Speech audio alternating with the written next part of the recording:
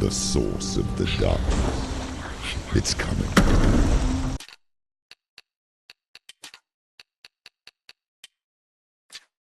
This is your moment.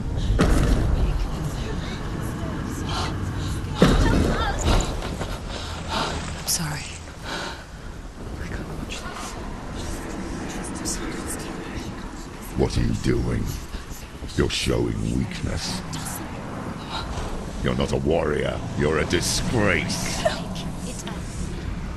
The gods will punish you for this. Pick up the sword. Pick it up. Fight the darkness. Fight it. She's scared. Get up. Get up. Get up and fight.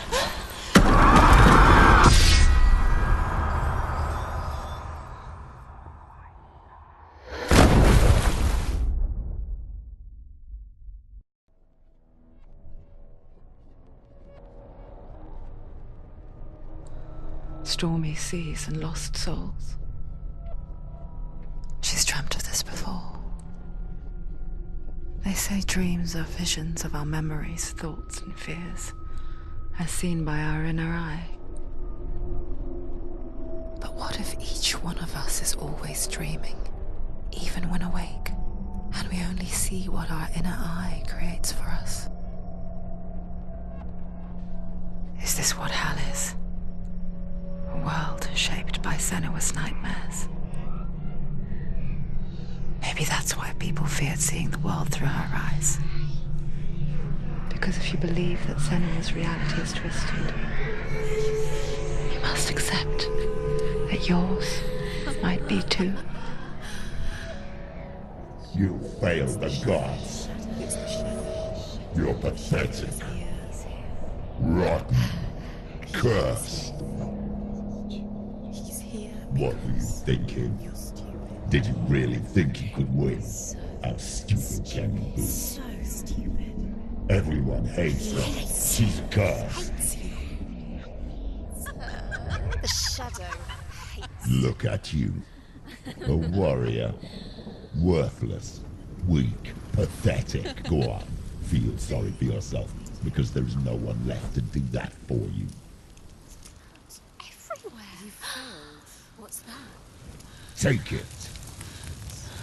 If you're too much of a coward to fight, then end the suffering. Broken and lost. Just like your sword. Come on. Dare.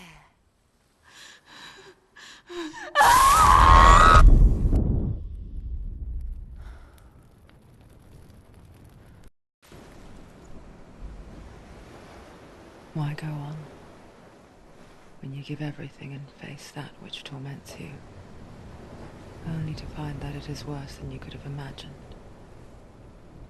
Why go on? Is it really so weak to ask this? Or are we just so afraid of the honest answer that we do not dare pose the question? Sometimes the answer lies in a memory, a feeling,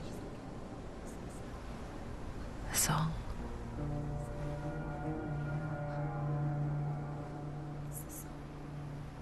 It's not real. It's a trick. It's not real. It's real. Listen to it. Don't give up. Dillian, it's Not like this. It's not real. It is real. It's a trick. Don't trust it. Maybe you're already dead. Who are you? Do you still believe in me, Senua? No, it's Enough. It's a trick. It's a trick. He's already dead. He can't be here. It's impossible. Dillian. Come to me. Please.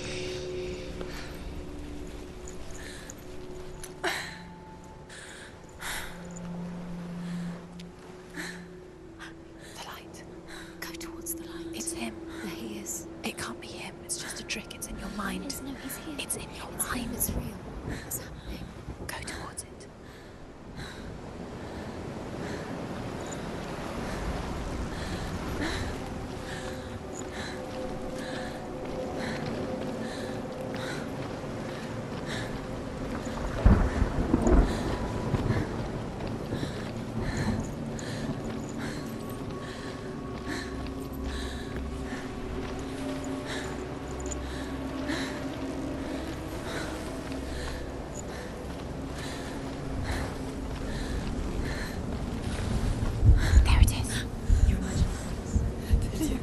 It's Dylan. He's gone. He's gone. Slow. How could you? Keep going. How could you? Keep going. Ignore the pain. I told you it was to trick you. I told you. Where are you going? Up. See, there's nothing to follow. Come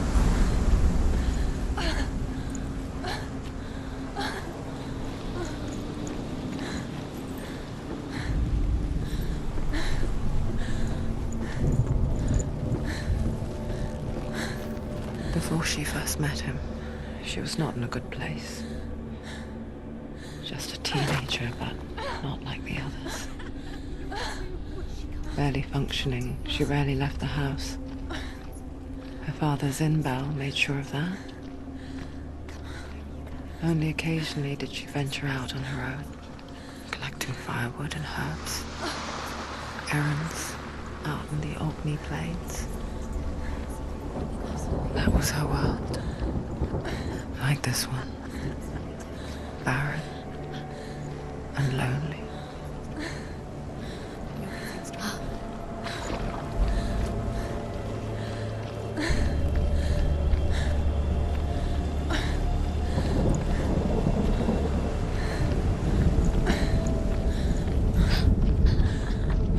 It's already disappeared. Nothing lives here, not even you. It's in your mind. You think you can see it, but it's in your mind.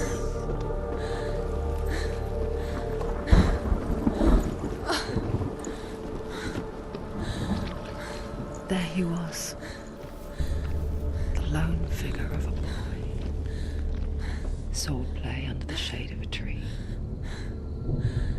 And she remembers the first time she saw him. To her young eyes, he moved as if dancing. And the world danced with him.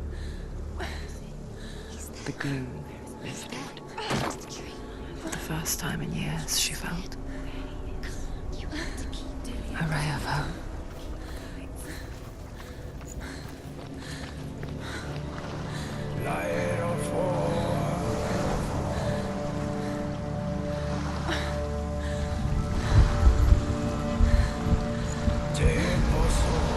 The Northmen tell of a great hero. His name is Sigmund.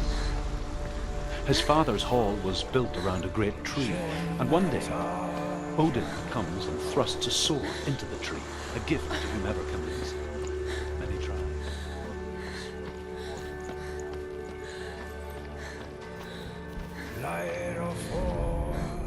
Death for Sigmund and his brothers seems certain. But the king's wife is Sigmund's sister, and she begs for mercy and implores the king to chain them up instead. He agrees. Not for mercy, though, but because he plans an even more cruel and lingering death. Chained to a tree in the forest that night, a she-wolf comes and devours one of Sigmund's brothers. She returns, ravenous, night after night, until only Sigmund...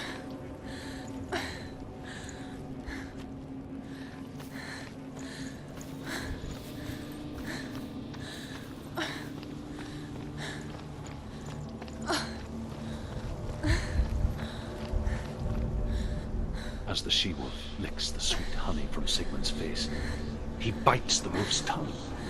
The she-wolf pulls away, but Sigmund holds on. The chains break, and he is free. After his escape, Sigmund lives like us, hidden in the forest. His enemy, King Siggeir, believing him dead, as his sister.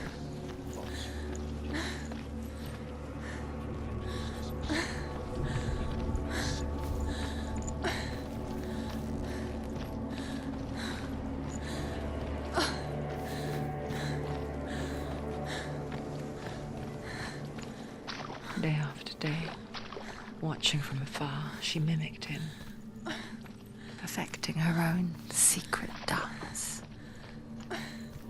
wishing those fleeting moments of light would stretch out to last forever.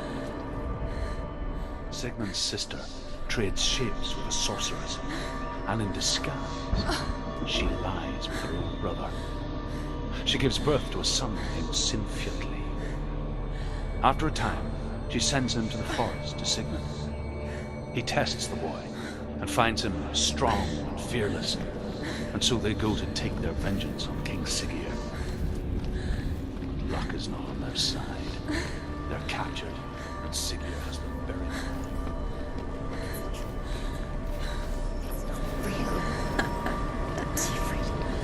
You want to believe it's real, but it's a dream.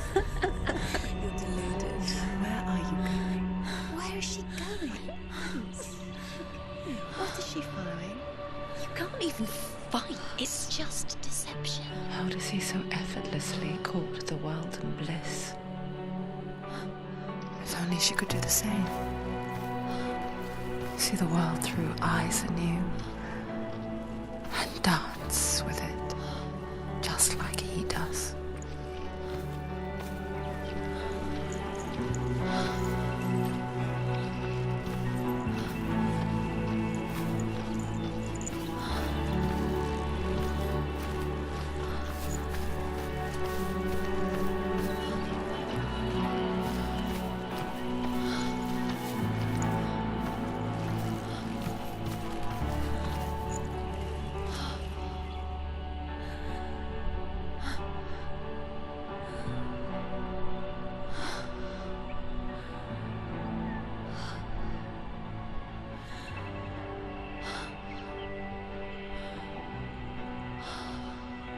What's your name? Senua. I haven't seen you before. I don't leave home much. Oh, Zenua's daughter. I have to go. Wait. Who taught you to fight like that? No one. No one. Well, I watched you, and You learnt all of that from watching me? You should become a warrior, you know. me? I'm Dilly. I'm here for the warrior trials. Just come and watch. And bring your sword. You can't put it into words. That moment when you look into the eyes of the one who is supposed to reassure you, make you feel safe. It only takes an instant. Fear swallows you before you have a chance to make sense of it. And darkness becomes a part of who you are. You killed him. But her world changed the day the Northmen took him from her. Senua knows that there's no going back to how things were. That there's nothing to go back to at all. Stay still, stay quiet, hide, don't tell her. Their gods can see into your mind.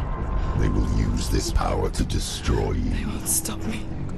I can still feel him. Whatever's left of him, they will never let him go. I'm not gonna let him rot here. You're the one rotting here. Leave me alone. You will die here. No. And all your suffering will have been for nothing. Shut up!